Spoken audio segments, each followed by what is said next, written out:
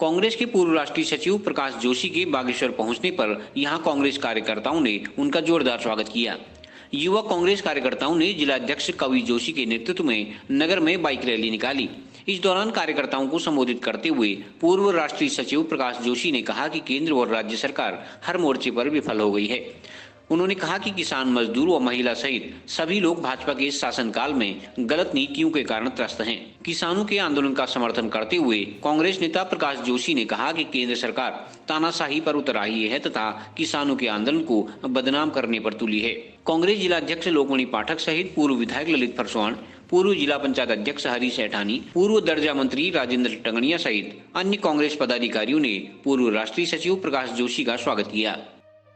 देखिए, आज यूथ कांग्रेस ने एक बाइक रैली का आयोजन किया गया, जिसमें कि बाइक रैली का महत्व ये था कि जितने भी हमारे बेरोजगार हमारे छात्र हैं, जो युवा देश में भटकाव की दिशा में कहीं ना कहीं यहाँ पर को हैं, उन लोगों ने एक साथ एकजुट होकर राज्य सरकार और केंद्र सरकार को बताने का प्रयास किया गया है कि हम लोग आज बेरोजगार हैं। सड़कों पर आज जनसैलाब जो था यूथ कांग्रेस का, वो बेरोजगारी का जनसैलाब वहां पर को सड़कों पर उतर आया था और यही बेरोजगार छात्र कल के दिन कहीं ना कहीं इस राज्य सरकार के गले का फंदा बनने का काम करेंगे। और हम आज माननीय हमारे राष्ट्रीय सचिव प्रकाश जोशी जी के स्वागत में यहाँ पर को थे।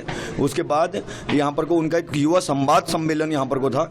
युवा संवाद सम्मेलन में उन लोगों ने आज उन्होंने पूरे देश में हो रही हलचल और किस तरीके से युवाओं को आगे बढ़ाया जाए, किस तरीके से देश के कॉन्सेप्ट को आगे बढ़ाया जाए, राज्य को आगे बढ़ाया जाए और कैसे हम लोग अपना चौमुखी विकास करें, इन ढोंगियों से, इन पापियों से, इन मंच में कहने वाले नेताओं से और इन अखबारों तक सीमित यहाँ पर को रहने वाले नेताओं से कैसे हम पार पा सकें, उसका उनका इस तरीके का आज हमको जितना भी उनका ज्ञान अर्जित करने का यूथ कांग्रेस ने काम किया है, हम बहुत बहुत धन्यवाद अदा करते हैं माननीय प्रकाश जोशी जी का और उन सभी युवा साथियों का जिनने सुबह से लेकर शाम तक यहाँ पर को अपनी उपस्थिति दर्ज कराई और जोशो खरोश के साथ यहाँ पर को यूथ कांग्रेस के साथ खड़े होने का संकल्प लिया। उन सभी को धन्यवाद है। धन्यवाद। जय हिंद, जय भारत। आज राष्ट्रीय महासचिव, पूर्व राष्ट्रीय महासचिव प्रकाश जोशी जी के बागेश्वर आगमन पर बड़े भाई कवि जोशी जी के नेतृत्व में यहाँ पर बाइक रैली निकाली गई और उसके बाद हमने यहाँ पर मंगल पैलेस पे एक बैठक रखी गई जिसमें प्रकाश जोशी जी से काफ़ी कुछ सीखने को मिला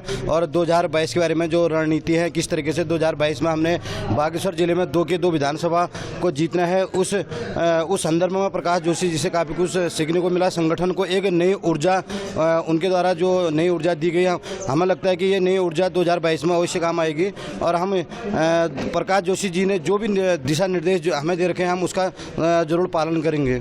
आज युवा कांग्रेस द्वारा युवा संवाद कार्यक्रम रखा गया, जिसके तहत माननीय प्रकाश जोशी जी राष्ट्रीय सचिव यहाँ पर पहुँचे थे और उन्होंने पहले हमने युवा कांग्रेस द्वारा बाइक रैली आयोजित करके उनका भव्य स्वागत किया गया नगर में।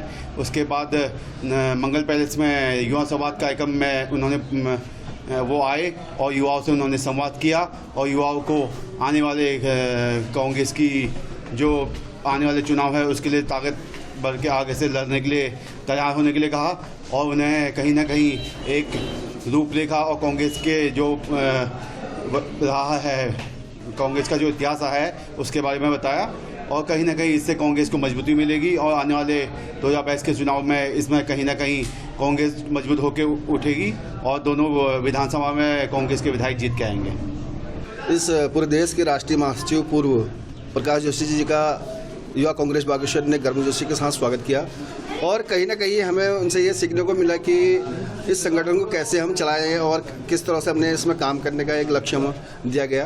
तो माननीय प्रकाश जोशी जी का मैं तहे दिल से धन्यवाद दूंगा, ताकि उन्होंने जो युवा संवाद करके युवाओं के अंदर एक जोश, एक जुनून बनने का जो काम किया, मैं उनके लिए तहे दिल से धन्यवाद करूंगा और साथ ही धन्यवाद उनका भी करूंगा जो युवा साथी जिन्होंने आज पूरे दिन भर पूरे जोश और खरोश के साथ आज तक अभी तक जो टिके हुए हैं, उन्हीं सभी का मैं हार्दिक स्वागत और अभिनंदन करना है। कुमाऊं के अलग अलग जिलों में और ख़ास तौर पर ब्लॉक स्तर पर भी कार्यकर्ताओं के साथ एक संवाद, एक बातचीत करने निकला था और उसी सिलसिले में चंपावत जिले का 3 दिन का दौरा रहा, फिर पिथौरागढ़ गया, उसमें चारों विधानसभाओं में लोगों से बातचीत करी और अब उस कड़ी में कल शाम को मैं बागेश्वर आया।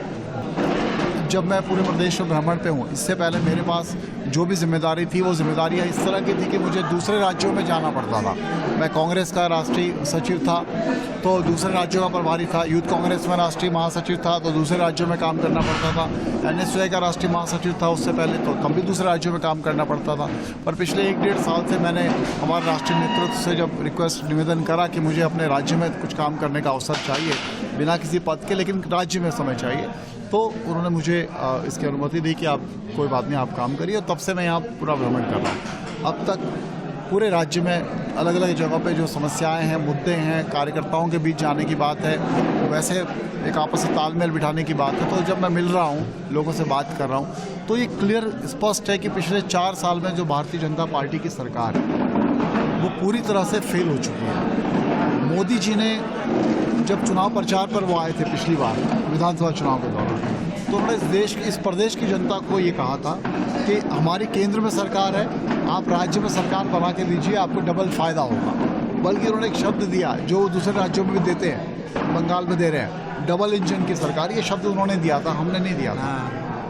पर दुर्भाग्य है कि डबल इंजन लग तो गए गाड़ी में, पर आज तक वो स्टार्ट नहीं हो पाए। वो वहीं के वहीं खड़े हैं और बंद हैं, बल्कि स्टार्टअप ही नहीं ले पाए। प्रदेश के अंदर स्वास्थ्य की सेवाओं को देख लीजिए, शिक्षा के स्तर को देख लीजिए, बहुत बुरी स्थिति है। कम से कम 600 से ज़्यादा प्राथमिक विद्यालय इस प्रदेश में बंद होने के कगार पे, 600 से अधिक। हमारी सरकार में, मैं अभी शिक्षा की बात कर रहा हूँ इस समय, हमारी सरकार ने, रावत जी, माननीय हरीश रावत जी उस समय मुख्यमंत्री थे, 16 नए डिग्री कॉलेजों की घोषणा करी थी। न सिर्फ घोषणा करी बल्कि उसका सरकार से शासनादेश भी जारी हुए। ये सरकार जैसे ही आई, त्रिवेंद्र सिंह रावत जी की सरकार, जो शिक्षा विरोधी सरकार है, उस सरकार ने सबसे पहले आते ही वो 16 के 16 कॉलेजों की स्वीकृति को रद्द किया। इसलिए किया क्योंकि यहाँ के शिक्षा मंत्री के पास कोई विजन ही नहीं है। अरविंद पांडे यहाँ के विद्यालय शिक्षा के मंत्री हैं, कितने आपराधिक केस चल रहे हैं, उनका खुद की शिक्षा क्या है, स्कूली शिक्षा भी पूरी नहीं करी होगी उन्होंने। तो ये शिक्षा मंत्री चल रहे हैं। प्रदेश के लगभग 63% विद्यालय ऐसे हैं, 63% मैं बात कर रहा हूँ, जिनमें 4 दीवारी नहीं है, जंगलों के बीच में होते हैं वो, इसको गांव के कहीं किसी बाहर ही होते हैं। 42% 8वीं के बच्चों की बात कर रहा हूँ, 8वीं तक के बच्चे, 42%, जिन्हें अपनी ही किताब पढ़नी नहीं आती।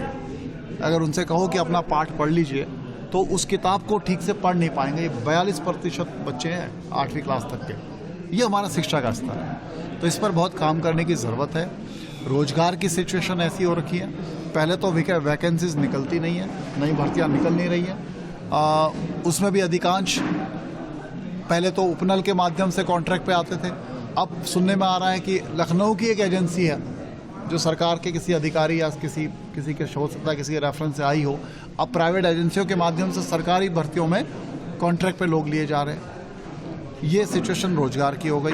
अब बड़ी मुश्किल से अभी नर्सिंग स्टाफ के लिए, नर्सिंग जो के स्टाफ के नर्सिस के लिए 1238 वैकेंसीज निकली थी, उसमें भी आहर्ता ऐसी लगा दी, 30 बेड की बात करी कि कम से कम 30 बेड हो, ऐसे अस्पताल से आपने 1 वर्ष का अनुभव लेना चाहिए। बड़ी हास्यास्पद बात है। इस बागेश्वर जिले में लगभग 44 के आसपास स्वास्थ्य केंद्र हैं, छोटे बड़े सब मिला के। आप अगर गिनेंगे तो 6 या 7 मुश्किल से होंगे, 6-7 भी नहीं होंगे, जिसमें 30 बेड होंगे।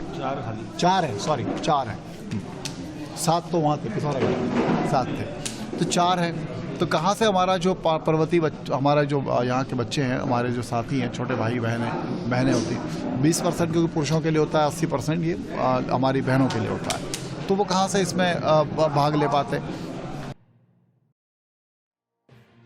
CCN न्यूज के लिए हिमांशु जोशी के साथ सुरेश पांडे की रिपोर्ट।